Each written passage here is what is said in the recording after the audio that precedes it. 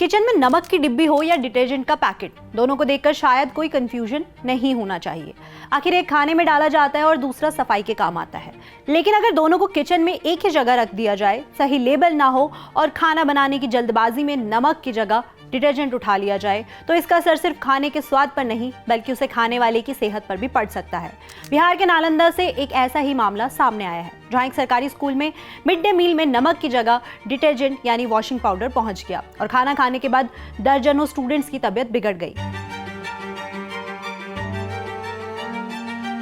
लेकिन ये मामला सिर्फ इसलिए चौंकाने वाला नहीं है कि खाने में डिटर्जेंट पहुंच गया। सवाल यह है कि आखिर एक स्कूल मील में ऐसी गलती होने की नौबत आई कैसे? क्या नमक और डिटर्जेंट एक ही जगह पर रखे हुए थे? क्या खाना बच्चों को परोसने से पहले टेस्ट किया गया था? क्या फूड सेफ्टी के जो नियम पहले से मौजूद है वो फॉलो हुए थे? और सबसे बड़ा सवाल, जिस मील का मकसद बच्चों को न्यूट्रिशन देना है, वही उनकी तबीयत बिगड़ने की वजह कैसे बन गया? इन्हीं सभी सवालों के जवाब जानेंगे आज के इस वीडियो में। हाय, मैं हूं प्रगति और आप देख रहे हैं जिस्ट। पूरी कहानी शुरू होती है 18 अगस्त 2026 से, जब बिहार के नालंदा डिस्ट्रिक्ट के नूरसराय पुलिस स्टेशन एरिया में आने वाले पारसी मिडिल स्कूल में बच्चे रोज की तरह स्कूल मील खा रहे थे। मीडिया रिपोर्ट्स के मुताबिक उस दिन बच्चों को सोयाबीन राइस और सोयाबीन बेस्ड वेजिटेबल वाला मील दिया गया था। स्कूल प्रिंसिपल शैलेंद्र कुमार सिंह के मुताबिक मील प्रेस्क्राइब्ड मेन्यू के हिसाब से था और इसकी सप्लाई एनजीओ या सेंट्रलाइज किचन के जरिए हुई थी। यानी शुरुआती जानकारी के मुताबिक ये कोई ऐसा खाना नहीं था जो अचानक या बिना तय मेन्यू के बनाया गया हो। बच्चों ने खाना शुरू कर दिया था। खाने के बाद कुछ स्टूडेंट्स ने शिकायत की थी कि इसमें नमक कम है। इसके बाद खाने में ऊपर से नमक डालने की जरूरत महसूस हुई। इंडिया टुडे की एक रिपोर्ट के मुताबिक इसी दौरान कुक ने कथित तौर पर नमक समझकर डिटर्जेंट या वॉशिंग पाउडर उठा लिया और उसे खाने में डाल दिया। अब ये डिटर्जेंट खाने में पहुंचा कैसे? इस पर जो एक्सप्लेनेशन सामने आया है उसमें किचन की स्टोरेज व्यवस्था सबसे अहम है। लोकल रेजिडेंट्स और स्कूल ऑफिशियल्स के हवाले से रिपोर्ट में कहा गया है कि सॉल्ट और डिटर्जेंट पाउडर के कंटेनर्स किचन में एक ही जगह या एक दूसरे के काफी पास रखे हुए थे। इसी वजह से कुक ने डिटर्जेंट को नमक समझ लिया।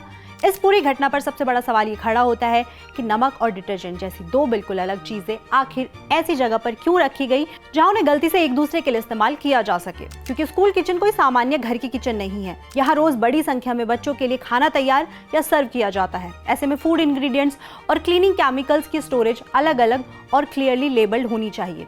गवर्नमेंट के मिड डे मील रूल्स 2015 भी स्कूल मील्स की प्रिपरेशन को हाइजीन और क्वालिटी स्टैंडर्ड्स के मुताबिक करने की बात करते हैं। इन रूल्स के तहत स्कूल्स में खाना हाइजीनिक तरीके से तैयार करने की व्यवस्था होनी चाहिए और स्कूल मैनेजमेंट कमिटी यानी एसएमसी को मील की क्वालिटी, कुकिंग एरिया की क्लीनलीनेस और हाइजीन की मॉनिटरिंग में रोल दिया गया है।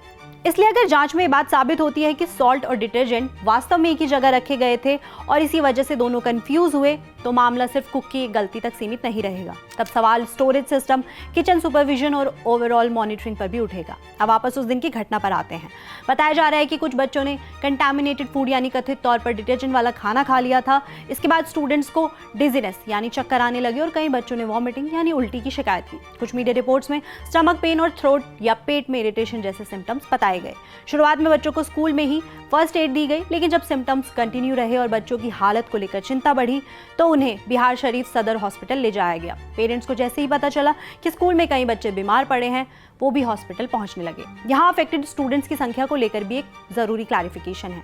शुरुआती रिपोर्ट्स में 2 दर्जन से ज्यादा यानी 24 से ज्यादा बच्चे बीमार पड़ने की बात सामने आई। बाद की अलग अलग रिपोर्ट्स में 34, 36 और 40 स्टूडेंट्स के आंकड़े आए। एनडीटीवी और कई अन्य रिपोर्ट्स ने 36 गर्ल्स स्टूडेंट्स के बीमार होने की बात कही, जबकि इंडिया टुडे की 19 अगस्त की अपडेटेड रिपोर्ट में संख्या 40 बताई गई। इसलिए अभी सबसे सेफ बात यही है कि 3 दर्जन से ज्यादा स्टूडेंट्स के अफेक्टेड होने की रिपोर्ट है, लेकिन एग्जैक्ट ऑफिशियल काउंट्स अलग अलग रिपोर्ट्स में अलग अलग है। इस पूरे मामले में एक और डिटेल सामने आई है। एक रिपोर्ट के मुताबिक मील स्कूल में पूरी तरह तैयार नहीं हुआ था, बल्कि सेंट्रलाइज किचन से सप्लाई हुआ था। द लॉजिकल इंडियन की रिपोर्ट ने सप्लायर के तौर पर एकता शक्ति फाउंडेशन की सेंट्रल किचन का नाम दिया और दावा किया कि ये किचन कई स्कूल्स को मील सप्लाई करती है, लेकिन इस स्पेसिफिक सप्लायर डिटेल की हमें अभी तक इंडिपेंडेंट कोई ऑफिशियल कंफर्मेशन नहीं मिली है। अगर मील सच में सेंट्रलाइज किचन से आया था तो इन्वेस्टिगेशन का स्कोप और बड़ा हो जाता है और फिर सिर्फ स्कूल किचन में सॉल्ट और डिटर्जेंट की स्टोरेज नहीं बल्कि फूड प्रिपरेशन, ट्रांसपोर्टेशन, डिलीवरी और स्कूल पर सर्विंग तक की पूरी चेन को देखना पड़ेगा। और यही वजह है कि फूड सैंपल टेस्टिंग इस मामले में बेहद महत्वपूर्ण है। अब सवाल आता है कि अगर स्कूल मील्स के लिए पहले से सेफ्टी रूल्स मौजूद है तो ऐसी घटना कैसे हो सकती है। इंडिया में स्कूल मील प्रोग्राम सिर्फ बच्चों को खाना देने की योजना नहीं है। इसका मकसद न्यूट्रिशन के साथ साथ स्कूल अटेंडेंस और एनरोलमेंट को सपोर्ट करना भी रहा है। आज यही प्रोग्राम पीएम पोषण यानी प्रधानमंत्री पोषण शक्ति निर्माण के नाम से जाना जाता है।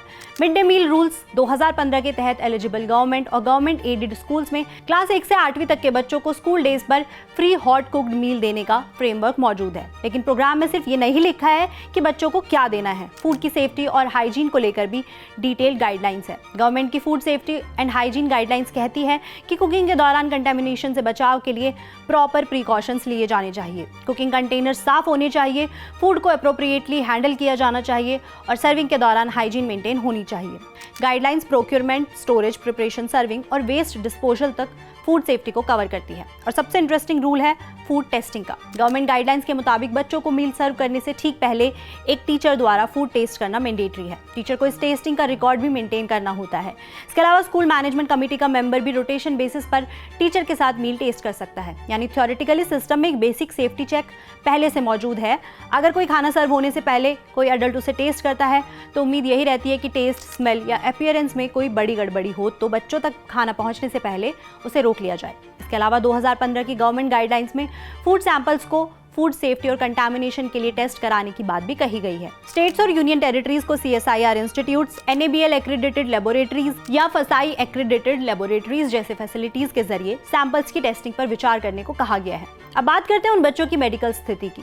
बच्चों को हॉस्पिटल ले जाने के बाद Nalanda civil surgeon doctor Jayprakash Singh ने उनकी कंडीशन एक्सेस की। रिपोर्ट्स के मुताबिक उन्होंने कहा कि affected children out of danger थे और डॉक्टर्स उनकी निगरानी कर रहे थे। यानी अभी तक किसी डेथ की रिपोर्ट सामने नहीं आई है और अवेलेबल रिपोर्ट्स के मुताबिक बच्चों की कंडीशन स्टेबल है। Bihar rural development minister Shravan Kumar भी हॉस्पिटल पहुंचे। उन्होंने प्रभावित स्टूडेंट से मुलाकात की और डॉक्टर से उनकी कंडीशन के बारे में जानकारी ली। मिनिस्टर ने कहा कि मामले की डिटेल इंक्वायरी की जाएगी और ये पता लगाया जाएगा कि मील की प्रिपरेशन और सर्विंग के दौरान लैप्स कैसे हुआ। कुछ रिपोर्ट्स में मिनिस्टर ने जिम्मेदार लोगों के खिलाफ स्ट्रिक्ट एक्शन की बात भी कही है। अब यहाँ एक और सवाल उठता है, अगर ये सिर्फ एक एक्सीडेंटल मिक्सअप था तो इसे इतना बड़ा इशू क्यों माना जा रहा है? क्योंकि स्कूल मील में फूड कंटामिनेशन का रिस्क सिर्फ उसे एक बच्चे तक सीमित नहीं रहता जिसने खाना खाया। एक ही बैच का खाना अगर कंटामिनेटेड है तो एक साथ दर्जनों या सैकड़ों बच्चे प्रभावित हो सकते हैं। इसलिए फूड सेफ्टी सिस्टम का उद्देश्य सिर्फ गलती होने के बाद ट्रीटमेंट देना नहीं है। असली उद्देश्य गलती को बच्चों तक पहुंचने से पहले रोकना है। मान लीजिए किचन में नमक और डिटर्जेंट अलग अलग शेल्फ्स पर रखे गए होते, कंटेनर्स पर बड़े और क्लियर लेबल्स होते, क्लीनिंग केमिकल्स को फूड स्टोरेज एरिया से अलग रखा जाता, सर्विंग से पहले टीचर और SMC members properly food test करते और मील का सैंपल टेस्टिंग प्रोटोकॉल के हिसाब से मेंटेन होता तो ऐसी घटना के चांसेस कम किए जा सकते थे। इस इंसिडेंट में एक और एंगल है आउटसोर्सिंग और सेंट्रलाइज्ड किचन का। आज कई जगह स्कूल मील सेंट्रलाइज्ड किचन्स, NGOs या सर्विस प्रोवाइडर्स के जरिए सप्लाई किए जाते हैं। इसका फायदा ये हो सकता है कि बड़े स्केल पर फूड प्रिपरेशन स्टैंडर्डाइज हो सके, लेकिन साथ ही अकाउंटेबिलिटी का सवाल भी इंपॉर्टेंट हो जाता है। अगर खाना बाहर से आया है तो स्कूल एडमिनिस्ट्रेशन की रिस्पॉन्सिबिलिटी खत्म नहीं हो जाती। मील रिसीव करने, क्वालिटी चेक करने, टेस्टिंग करने और बच्चों को सर्व करने की रिस्पॉन्सिबिलिटी भी बनी रहती है। और अगर खाना स्कूल में ही तैयार हुआ है तो किचन की स्टोरेज, कुकिंग और सर्विंग व्यवस्था की मॉनिटरिंग इक्वली इंपॉर्टेंट है। इस मामले में लेबोरेटरी टेस्टिंग और इंक्वायरी दोनों जरूरी है, क्योंकि एक तरफ बच्चों की हेल्थ सबसे इमीडिएट कंसर्न है, लेकिन दूसरी तरफ फ्यूचर में ऐसी घटना दोबारा ना हो, इसके लिए रूट कॉज पता करना भी जरूरी है। भारत में स्कूल मील प्रोग्राम करोड़ों बच्चों के लिए सिर्फ खाना नहीं है। कई फैमिली के लिए स्कूल में मिलने वाला मील बच्चों की डेली न्यूट्रिशन का इंपॉर्टेंट हिस्सा होता है। आप इस मुद्दे पर अपनी राय हमें कमेंट करके जरूर बताएं। देश दुनिया और आपसे जुड़ी हर खबर के लिए देखते रहे जस्ट।